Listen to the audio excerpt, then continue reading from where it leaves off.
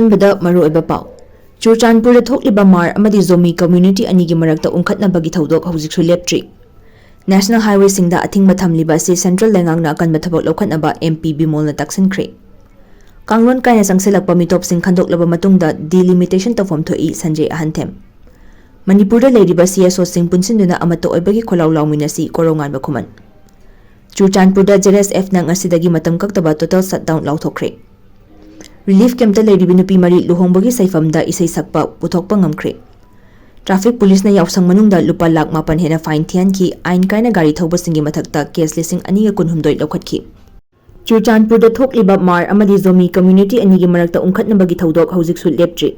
Churchandpurda mar amadi zomi community anigi marakta unkhatnabagi thodok hojiksu leptri ngarang numidang maike anigi muknabagi thodokta miyoi ama leikhidabaga loinana security force na akanba cheksin thorang lokhatkre Chairak asida Zomi Students Federation na matam kaktaba infinite emergency shutdown kawkhre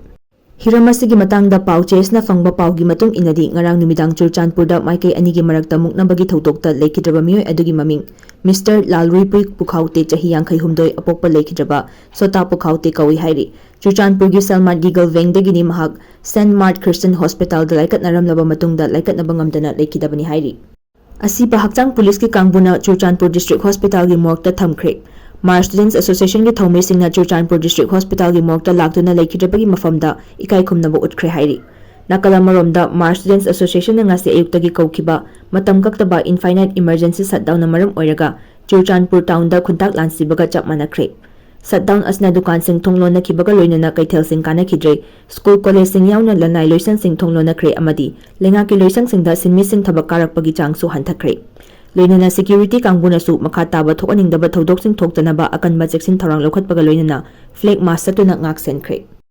National Highway singda athingba thamliba si Central Lengangna akanba thabak lokhatnaba MP Bimolna taksinkhre Manipurgi Lok Sabha ki MP Bimol akoizam na ngasi famkiba parliament mifamda 0 hour gi khudong chaba lawraga Manipurgi National Highway singda athingba thamliba si Central Lengangna thabak lokhatnaba taksinkhre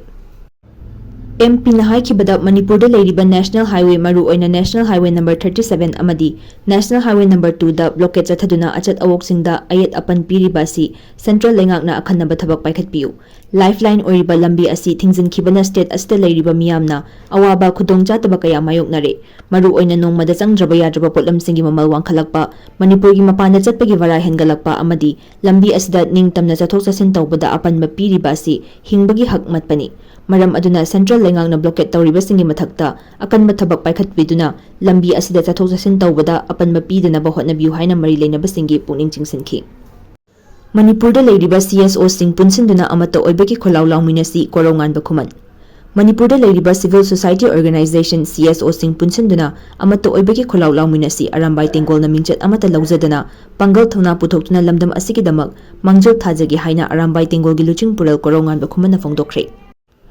Wafam asi arambai tengol gi meeting makhada unveiling ceremony of the 10 martyrdom gi thoram ngasi yumnam patlaw chingjel da athoba singi nauna saba ningsing fura maikhum hangdokpagi thoram ga mari leina phongdokhibani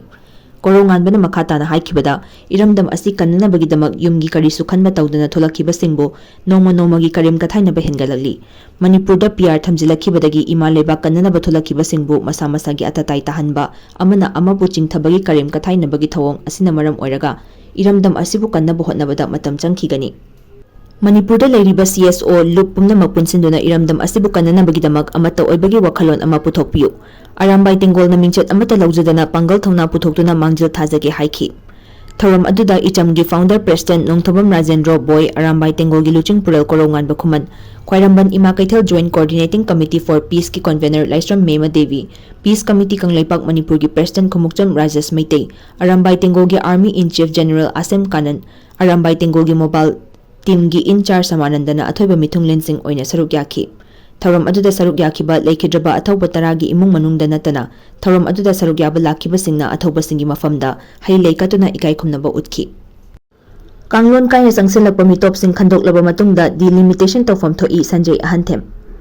Hauzik state asida president rule PR thamjilaktuna miyamgi lengak popular government leitringai miyamna awaba mayoknaringai amadi assembly suspension tawkhiduna miyamgi wakatfam leitringai chairak asida Supreme Court ki yathang amana July 12 faubui manungda Assam, Nagaland, Arunachal Pradesh amadi Manipurda matam kuina panduna leiraklaba delimitation tawnanaba maru oiba practice thabak sing tha ahumgi manungda loisingadabani haibasi state asigi miyamgi laibak thiba wafam amani haina social activist Sanjay Ahanthemna fongdorakli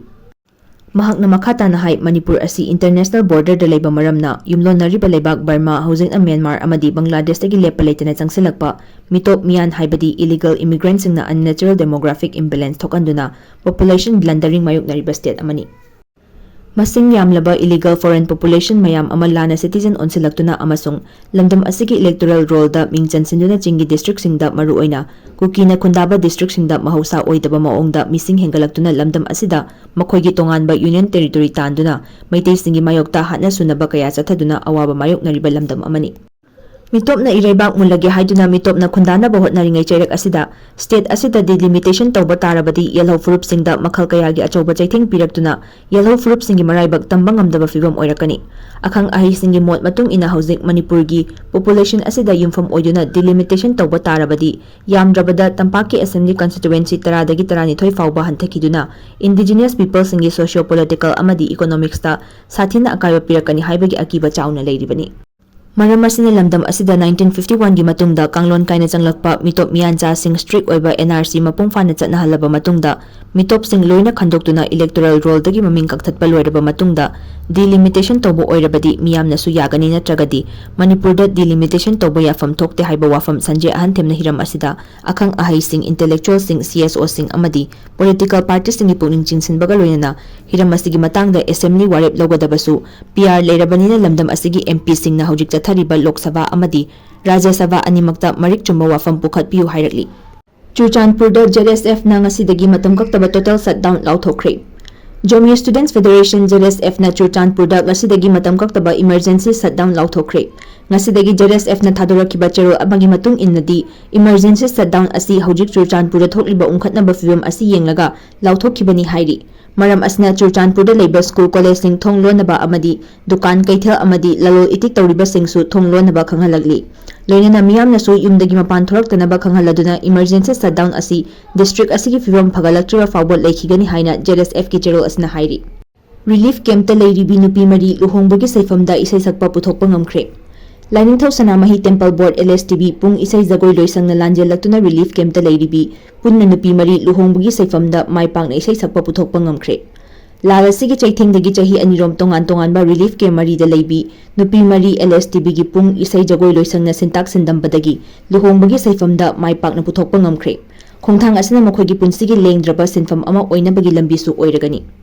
Mamang chahidagi hauduna Wangkhai High School amadi Sawombung Relief Camp ta miyoi ani maipakna luhongbagi saifamda puthokraba matungda tha asigi 12 amadi mamang thagi 18 da thangmaiban amadi lamboi khongnangkhong Relief Camp ta leibi nupi ani amagasu maipakna luhongbagi saifamda isai sakpa yaukre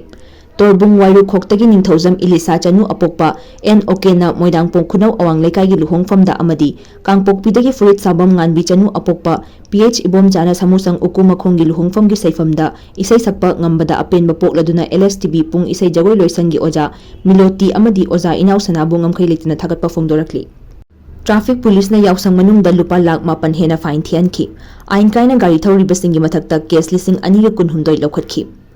Numit mangani chupna state asita pangthokhiba yausang kumai manungda Manipur gi traffic police na lambida ain kaina amadi kanglon lana gari thoduna lakpa miyoi singdagi fine oina lupa lakh 8 galising maudra mari khonggot pangamkhre hairi Traffic Control Police ki pau matung ina punna chalan chawnga ga kunitho yausang kumai manungda ain kaina amadi kanglon lana gari thoba singda isu tawkhibaga loinana Imphal West District ta khwaidagi yamna kanglon kaina gari thoba sing record tawkhi adubu Traffic Control Police ki personnel singna kumai adubu safety measures sing lokhatuna lambida khongna chatliba sing amadi gari thawriba sing asoi angam yaudana ba honaki hairi Loishin kraba kumhai manung aduda thokaningdaba thodok sing thoktanaba yu thakchilaga gari thawba chaka ani panbada miyoi ahum tongsinba chahi sudana gari thawba thingba lambigi lamlong fangma mafam sing amadi high risk area singda traffic police sing deploy tawduna drive sing chathaki masigi mathakta traffic police na tha sigi amadagi 19 fawbada kanglon kaina gari thawba singi mathakta case lising 2 kunhumdoi lokhatki hairi